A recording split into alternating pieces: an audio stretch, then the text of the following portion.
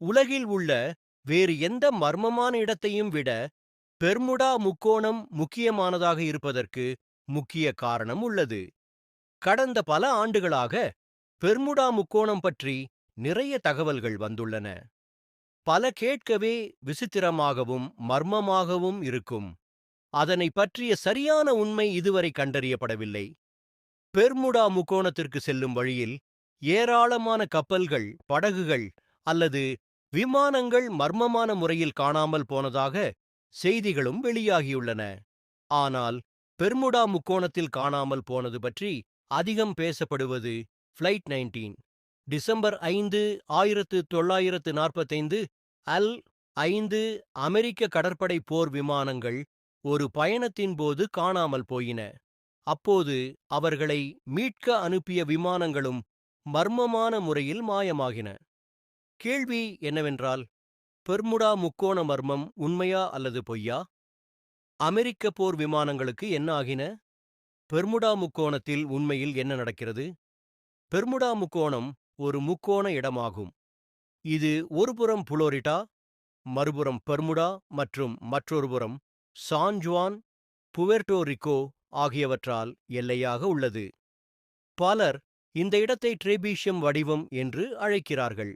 ஆனால் வேறு பலர் இதனை டெவில் முக்கோணம் என்று அழைக்கிறார்கள். உலகில் உள்ள வேறு எந்த மர்மமான இடத்தையும் விட இந்த இடம் முக்கியமானதாக இருப்பதற்கு முக்கிய காரணம், ஆபத்தான சூழலில் பல கப்பல்கள் மற்றும் வான் கப்பல்களில் பயணம் செய்த பலரின் மரணம், நூற்றுக்கணக்கான கப்பல்கள் மற்றும் விமானங்கள் அங்கு காணாமல் போயுள்ளன மற்றும் ஆயிரக்கணக்கான மக்கள் தங்கள் உயிர்களை இழந்துள்ளனர். பெர்முடா முக்கோணத்தில் பல்வேறு விமானங்கள் மற்றும் கப்பல்கள் காணாமல் போனது பற்றி பல கோட்பாடுகள் உள்ளன. வேற்று கிரகவாசிகள் வந்து கப்பல்கள் அல்லது விமானங்களை எடுத்துச் செல்வதாக சிலர் கூறுகிறார்கள். கடலுக்கு அடியில் பெரிய ராட்சதர்கள் இருப்பதாக சிலர் நம்புகிறார்கள். முதலில் இங்கே காந்தபுலம், அதாவது திசைகாட்டி பொருத்தமான அளவீடுகளை கொடுக்கவில்லை. திசைகாட்டியில் சரியான அளவீடுகள் கிடைக்காத பல இடங்கள் உலகில் உள்ளன. இரண்டாவதாக, இப்பகுதி ஆழமற்ற ஏராளமான மறைவான ஷோல்களால் சூழப்பட்டுள்ளது. அதனால் கப்பல் சிக்கியிருக்கலாம் என்று சொல்லப்படுகிறது. மூன்றாவதாக, நீருக்கடியில் மீத்தேன் ஹைட்ரேட்டுகள் அல்லது மண் எரிமலைகளின் உருவாக்கம் கப்பல்களை தண்ணீருக்குள் மூழ்கச் செய்யலாம் என்கிறார்கள். நான்காவதாக, பெர்முடா முக்கோண பகுதி சூறாவளியால் பாதிக்கப்படும் பகுதி. உலகில் அதிக கடல் சூறாவளிகளைக் கொண்ட நாடுகளின் பட்டியலில் சீனா முதலிடத்தில் உள்ளது. அடுத்து அமெரிக்காவும் கியூபாவும் உள்ளன.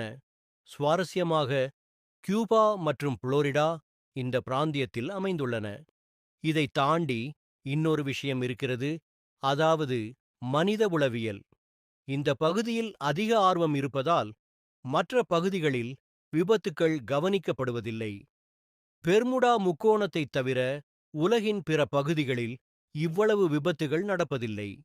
இந்த பகுதி உண்மையில் கடலின் மற்ற பகுதிகளைப் போன்றது. இங்கு ஏராளமான கப்பல்கள் தொடர்ந்து பயணிக்கின்றன.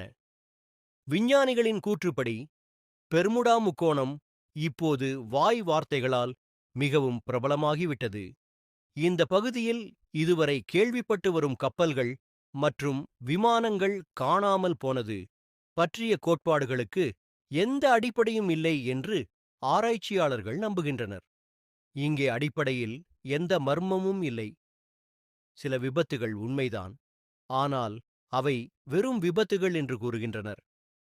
பல கப்பல்கள் இப்பகுதி வழியாக ஐரோப்பா, அமெரிக்கா மற்றும் கரீபியன் பகுதிகளுக்குச் செல்கின்றன. பல விமான நிறுவனங்கள் கூட வழக்கமான விமான போக்குவரத்தை கொண்டுள்ளன. இது போன்ற பகுதிகளில் சில நேரங்களில் விபத்துக்கள் நடக்கலாம்.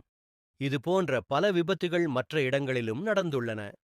பெர்முடா பற்றி ஏன் இவ்வளவு விவாதம் என்பது கேள்வியாக இருக்கலாம்.